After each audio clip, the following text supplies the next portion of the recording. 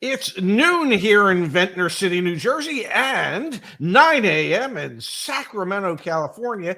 And this is news that you can use from CarEdge for Thursday, September 28th, with your host, me, Ray, and filling in once again for my son, not Zach, is Justise. And Justise, Hello.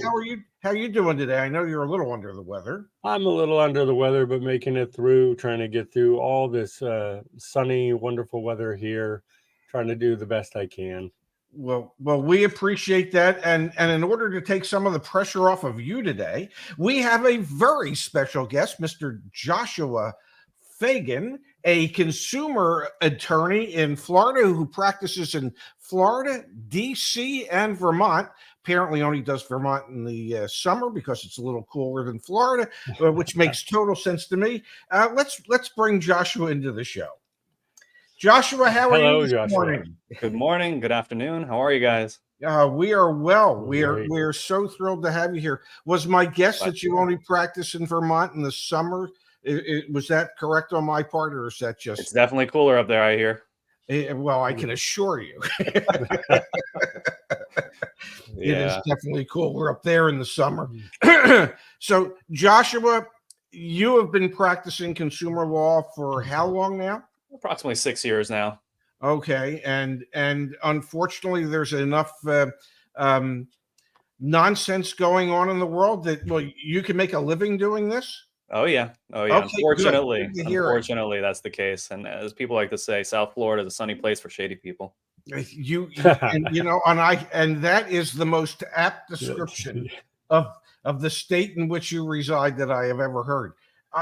Yes, it is. I know you sent Zach an email the other day about an issue that seems to be popping up in Florida. I don't know if it's popping up elsewhere. Can you describe this new issue on leases that you're starting to get hit with? Sure. So basically, a consumer decides to approach GM for a lease buyout option, which is basically an opportunity for the consumer to buy out the vehicle at the end of the lease term. They speak with the customer service representative. They get information on how to proceed with the buyout. And one of two things happens. Either they go through with the buyout at the dealership and then are later informed that they cannot do so because of some sort of mileage discrepancy and that they need to bring the vehicle back and then redo the paperwork so that the vehicle's title is branded as true mileage unknown. Or they tell them straight up from the get-go that effectively the buyout cannot occur until such time that they basically check off the box on the title that the mileage is unknown, and they cannot proceed onwards with the transaction unless the mileage is being disclosed as true mileage unknown. So as a result, a lot of consumers are being stuck between a rock and a hard place. They're being effectively put in a position where they're being blamed for some sort of mileage discrepancy and are not being able to proceed onwards with the buyout transaction unless they agree to brand the title. And the alternative that GM is providing them, and it's not much of an alternative, at least a viable one, they're offering the consumer to return the vehicle to GM, who is then going to sell the vehicle at auction, disclosing that the mileage is inaccurate, and then pursuing the consumer for the deficiency between what the amount that they realize at auction is versus the fair market value of the vehicle. So it's either you purchase the vehicle and you sign off on the title that the true mileage is unknown, and therefore the title is going to be branded. There's going to be a stigma on the vehicle. You're not going to resell the vehicle for nearly as much as it's worth when you do decide to resell it. Or you cannot exercise your lease buyout option. You can return the vehicle, and then we'll pursue you for the deficiency between what we actually get at auction versus what the vehicle fair market value is. Now, when they say fair market value, are they saying what the residual value was for the lease? No, it's my understanding that they're pursuing either the NADA or the Blue Book valuation for that week, or the Manheim CR report. Well, that really doesn't sound particularly fair, since there was a future value of the vehicle that was listed the day that the people entered into the lease. Sure. I mean, this whole thing stinks from all heaven. And I'm assuming that the consumer has no idea that there's suddenly this discrepancy in mileage. I mean, they're just going off what shows on their odometer. Yeah, they have no idea whatsoever of what occurred, how it happened. Most of these individuals are upstanding citizens, at least all of them, in my opinion. I have no reason to believe otherwise. They bring the vehicle in for repairs and maintenance to the dealership that they leased it from, or a franchise dealership. A few of them have taken the vehicles to independent mechanics, but Hmm. for the most part, there's no indication that they have any idea of what's going on or what may be at issue. There is some chatter online at different forums that there may be certain modules within the GM drivetrain that are Hmm. susceptible to malfunctions. And it's my understanding, based upon my cursory review of everything, there are certain modules that will monitor the mileage, the ABS module, the transmission module, the actual main computer, so on and so forth. And when one of those goes, there's some sort of malfunction and there's a difference between the logged mileage between all of the other ones, that's where the red flag pops up. But when these consumers press GM for information and records and proof and just give me something, show me what you see so we understand what's going on, Yes. GM refuses to provide them with anything at all. And they say, well, you know very well what you did. We don't have to give you anything. Either take it or leave it and go pound sand. So, so help me understand, if a consumer did nothing, to suggest to the consumer that you know very well what you did, and their response could be, yeah, I drove your POS for as long as I've driven it, and for whatever reason now you're telling me the odometer isn't working properly or isn't recording the mileage properly. How is it that they feel as if they don't have to provide that information to a customer? It's kind of a rock and a hard place type of Yeah. situation. Is either you take it or leave it, and until you file a lawsuit, they're not going to really help out a consumer. And they understand that not many consumers are going to actually pursue legal action. So it's one of those situations where it's a David and Goliath type of issue. And let me guess, the consumer would be David here. How'd you guess? Yeah. uh, which at least for me brings up an interesting question. I mean, because you represent consumers in cases all the time. Unfortunately, Well, yeah, but somebody's got to do it. Yeah. We thank Yeah. you. We thank you for being the one who's doing it. Um, I would imagine that even if you're suing a dealer, not necessarily the manufacturer, but just the dealer, that dealer is a Goliath compared to your client, who is David, who can just, I don't know, outspend the customer to finally give up making a claim. Uh, but how do you deal with that? simple. We do the exact same thing. We dig our heels in and we fight like hell.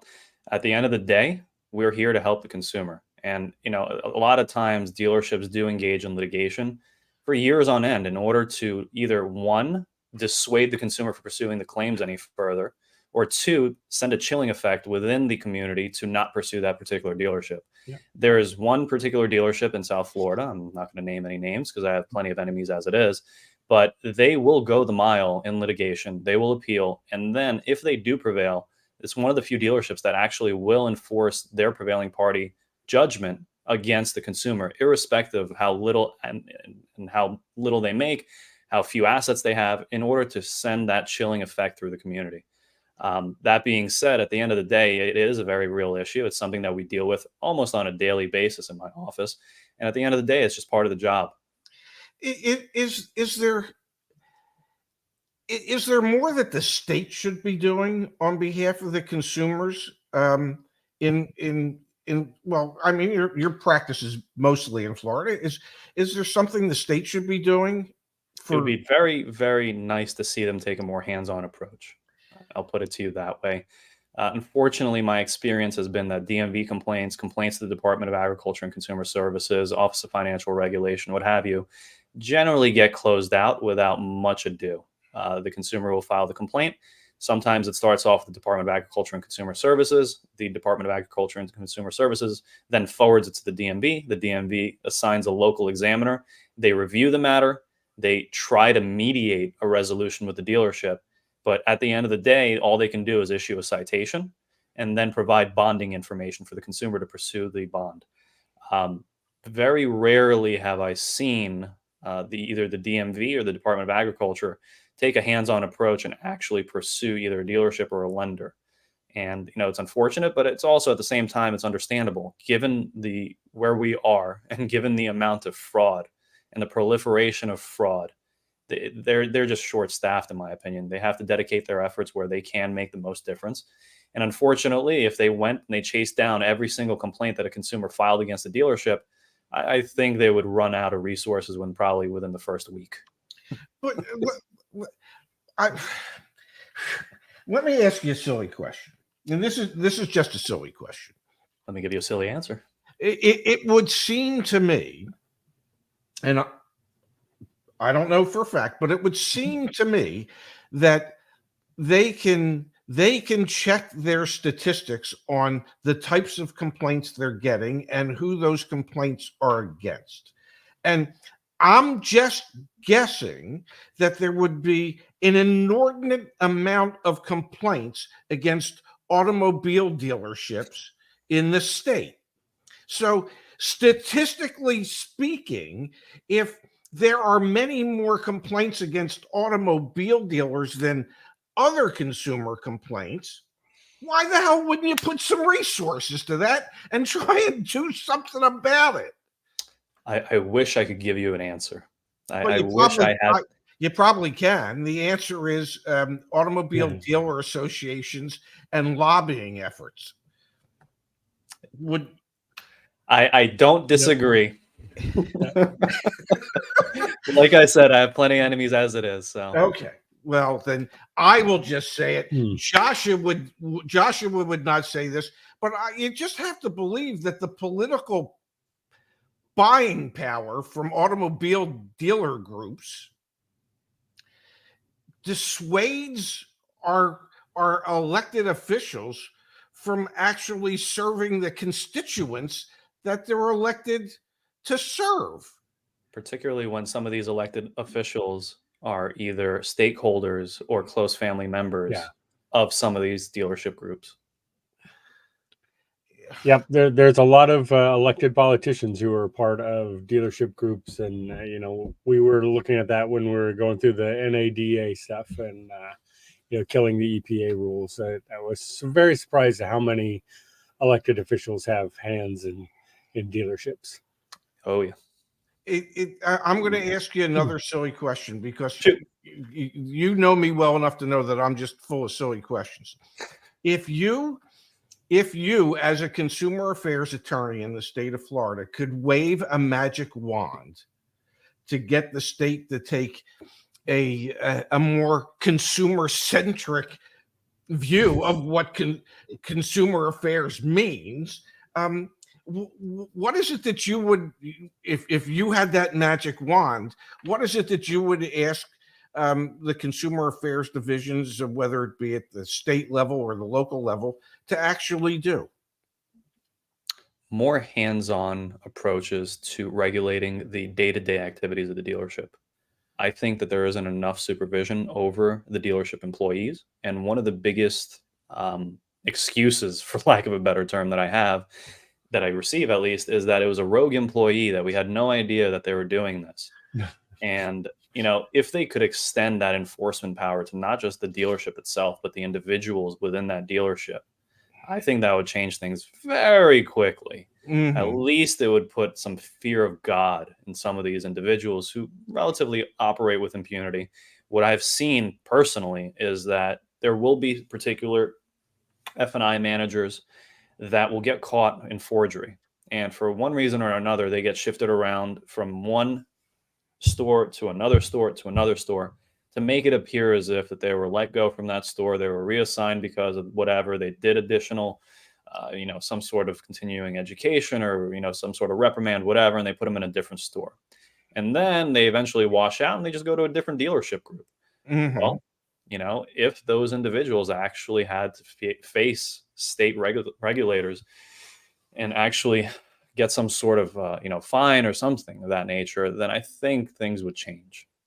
That's really, I think starting from the bottom level, it would definitely help out. In in Florida, do salespeople and F&I people, do they have to be licensed? Not that I'm aware of. Oh, wow. Because I know in Maryland, when I worked in Maryland, you, even as a sales manager or a general manager, you had to have a sales license from the state. Now, I don't know that they really did any severe background checks other than the fact that they were very happy to cash that $100 check that you had to give them so that you could get licensed. Sure. And then, every year you'd have to give them another $100 check to renew the license. But Sure. it, I don't think that's an issue in Florida. I don't think that's something that occurs in Florida. As Okay. it stands now, my experience has been that just about anybody with a pulse can get a dealership license. So I can't imagine that there's any sort of licensing or regulation of the F&I managers. I have taken a few of their depositions, and I would be very surprised if they were licensed. wow. Yeah. Are there laws and regulations on the books in Florida against bait and switch advertising, things of that nature? Most certainly. Under Florida's Deceptive and Unfair Trade Practices Act, there is a particular section that deals with bait and switch advertising, as well as local ordinances. I can't recall all of them off the top of my head, but I do know Miami-Dade has a pretty, surprisingly, and to the credit of Miami-Dade County, they have pretty strong consumer protection ordinances, and they go above and beyond where they have an entire division that is dedicated towards consumer services with enforcement powers. And they routinely do enforcements and bring enforcement actions. Some of them end up in criminal proceedings even. That being said, What does an enforcement action look like? depends on the circumstances. Sometimes local PD will come in along with the regulatory examiner or compliance officer and check the books, check the circumstances, check the dealership. If they get enough complaints, they might check prior transactions, go through X amount of them to see what happened there. For mechanic shops, they'll look for relevant licenses. They'll search around to see if there's any stolen parts, stolen vehicles, that type of stuff. If they find something, or if they believe they find something, they'll issue a citation with a notice to appear. And then there's a later, either a civil or a criminal proceeding that results as in furtherance of that. Justice, you look like you have a question or 10. No, yeah. So I mean, it's just very different than what I've out here in California. Even the salespeople have to have license, and they go through a review, and there's a whole list of things like if you do A, B, and C, you can have your license revoked, and that would be for any sale. So I also have a real estate license. Don't hate me. Don't worry, I'm a recovering realtor as well. Yeah. So, like, if my dealer license as a salesperson had been suspended, that would have suspended my real estate license as well. So, I look at some of this and it's sort of foreign to me out here, but I know, I've dealt with Florida for about 3 years now, almost. And I've tried to contact the Attorney General 5 times now, and not gotten not even an email to say, hey, we received it. Just nothing in response on some of this. And so, I wonder, as you say, some of these dealers down in South Florida will send the chilling effect. I almost think, doesn't that what the Attorney General needs to do? Just pick one and to send the chilling effect through the industry that we will come after you.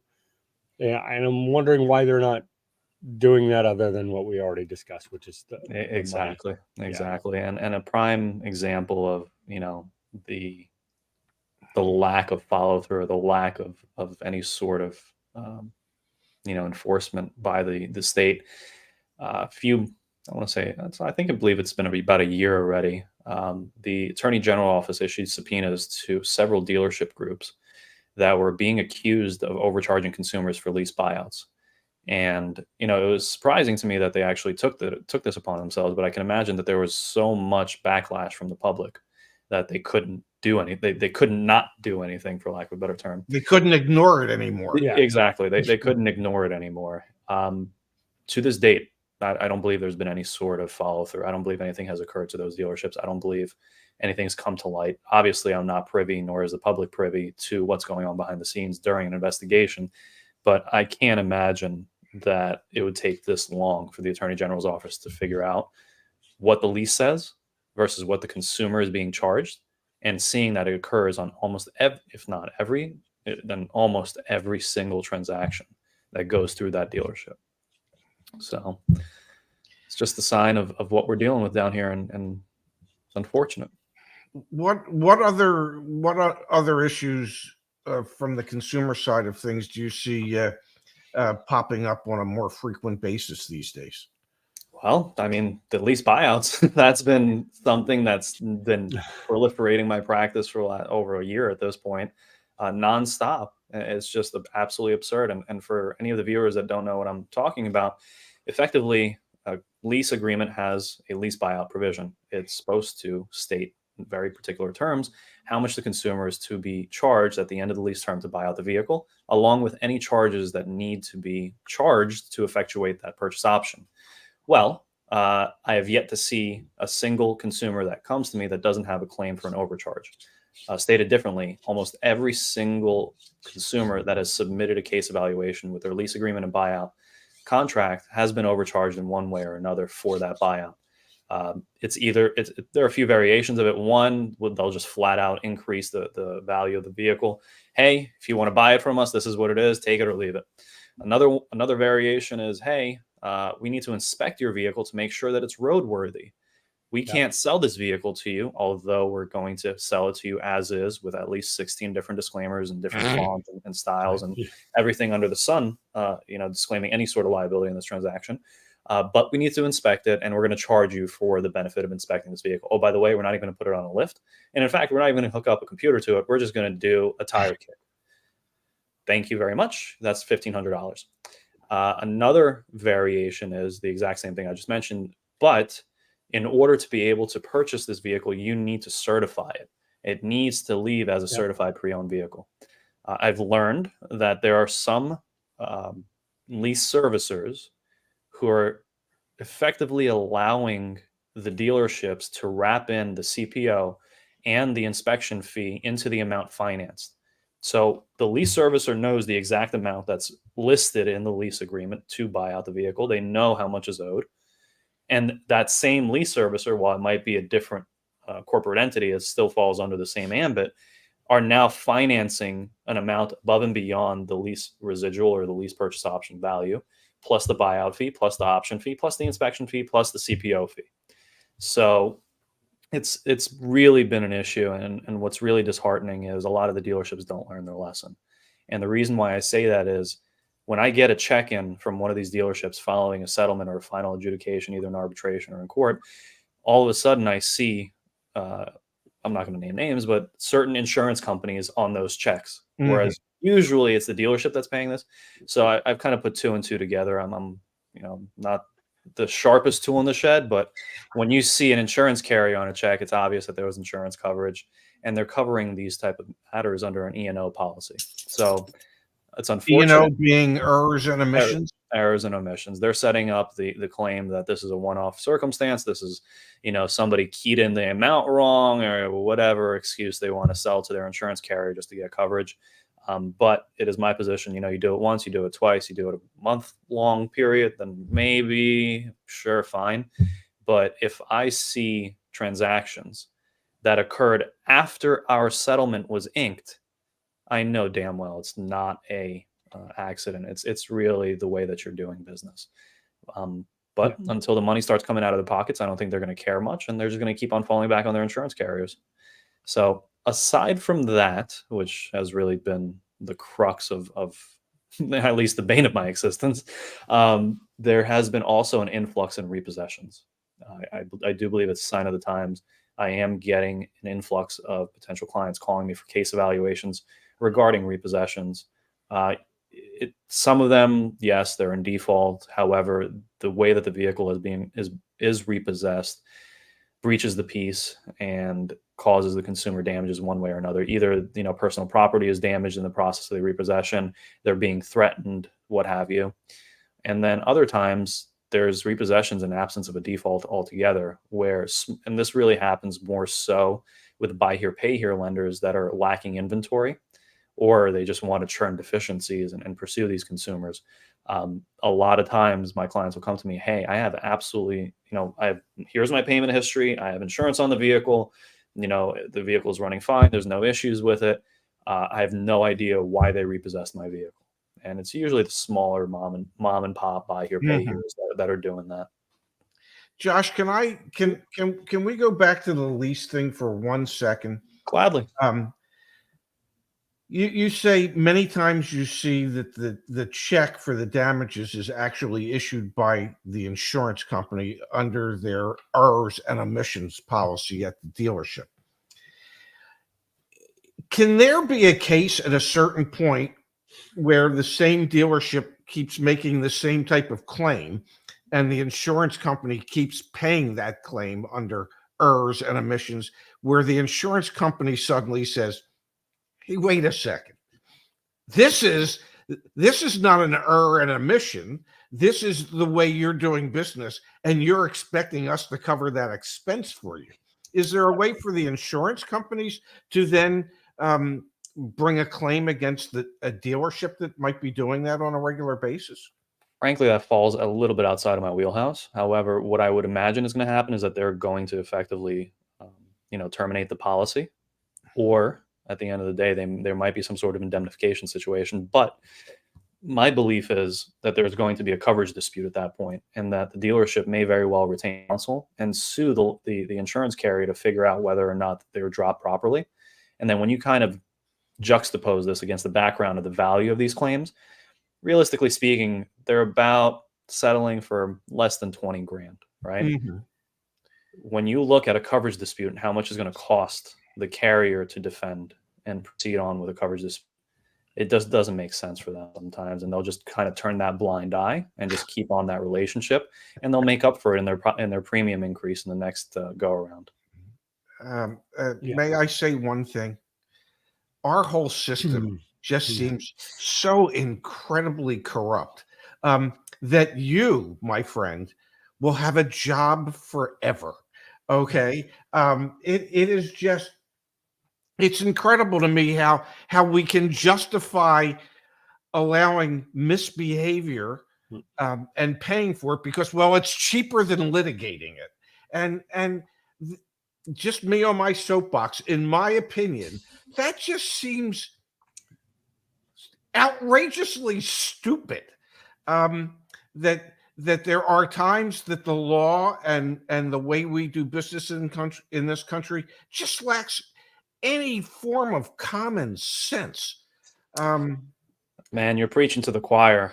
I am in my 3rd year of a litigation against a car dealership for improperly charging, I want to say, less than $1,000 in dealership fees.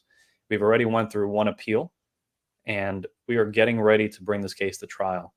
I can't tell you how many hours I have wrapped up into this, and I can't imagine how many hours the dealership has wrapped up into this.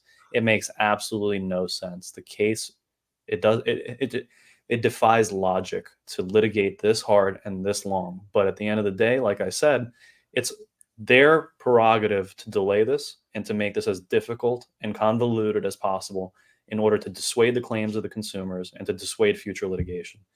I think it's pretty clear by now that that's not going to affect me or anybody in my office. Wow. Justice, you look like you wanted to ask a question.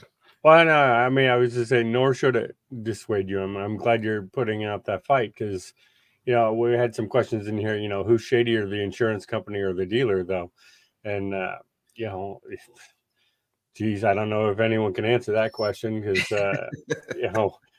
I'm out here in California where insurance companies are just fleeing faster than the population. So, I look at that and I kind of go, we were seeing insurance companies just like, forget it. We're not going to cover you. We're just leaving the state. And sounds familiar. Yeah. And, you kind of look at this stuff and you go, where's the solution to any of this? I mean, I think you're part of the solution here, but I see some of these fines get levied, as you sort of mentioned earlier. Like the fine is nothing to the dealer. Like, oh, here's $20,000. Yeah, here, go away. Okay, I'll pay this one and this one and this one, but these 700 people I'm just taking advantage of, and so who cares? It's a cost of doing business to them. Yeah, It it's literally a is- line item, right? Exactly. They'll make up for it elsewhere. Well, Joshua, I can't thank you enough for fighting the good fight and spending a half an hour with us today, and with our audience, trying to go over some of the things that you see, and how you're trying to what's the word? Correct this injustice that many consumers have thrown against them. So thank you so much for being here. Justice, I know you're a little bit under the weather today. Thank you, because God knows if I actually had to produce this, it wouldn't have gone this well. So thanks to both of you. Thank you guys. Thank you guys for having me on, and certainly for your efforts in elevating these issues. I mean, there's so few correspondents out there. There's such little information for the consumers. So any opportunity that presents itself to the consumers is a great opportunity. I do appreciate what you guys are doing. Well, thanks, Joshua. Yeah. We truly appreciate what you're doing, and so do your clients down there in Florida, DC, and next summer in Vermont. Thanks again, Joshua. Justice, Josh. Thank you. Take care, guys. I think we'll be back. What, tomorrow, Justice? We will be back tomorrow, and back on electric tomorrow too. For those who keep asking. Oh my God, it's a busy It's day back tomorrow. to back. I know. Yeah. Terrific. Thanks again, Joshua. We'll Take see care, everybody guys. back here tomorrow at noon Eastern, 9 Pacific, 8 a.m. in Anchorage, and 6 a.m. in Honolulu. Thanks, everybody. Have a great day. Bye.